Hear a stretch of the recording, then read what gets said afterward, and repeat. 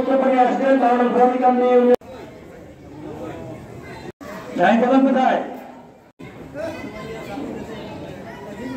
আমরা তার সাথে থাকবো তাদের বাইরে কোনো কথা হবে না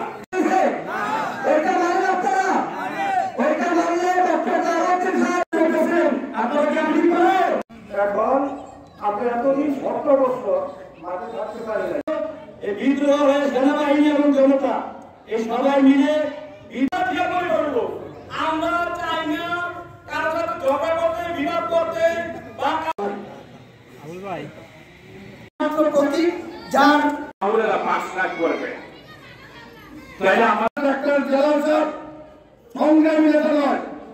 উনি দেখেছেন মোবাইল হোসেন মা চৌধুরীর মতো মানুষের সাথে চোখে আঙুলের রাজি করার মতো সেই যুক্তি এবং সাহসের মধ্যে আছে জেলা সাহেব যারা মনে করেন জেলা সাহেবকে নিয়ে আনছে কি করে মনোনয়ন দিতে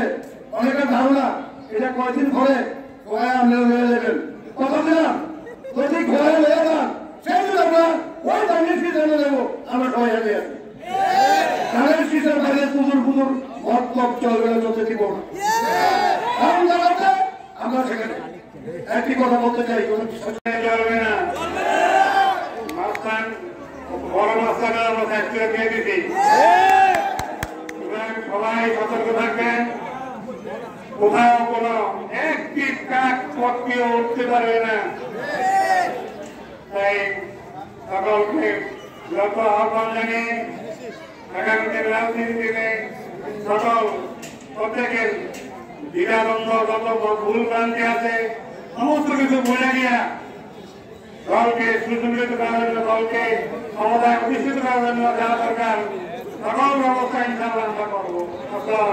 আপনারা জানেন জাতীয়তাবাদী দলের ভারপ্রাপ্ত চেয়ারম্যান তারেক জিয়া সারা বাংলাদেশে আজকে বিএনপির প্রার্থীদেরকে নির্বাচন উপলক্ষে মনোনয়ন প্রদান করেছেন। আমাদের এখানে যাকে মনোনয়ন করেছেন তিনি যাচাই বাছাই করে মনোনয়ন করেছেন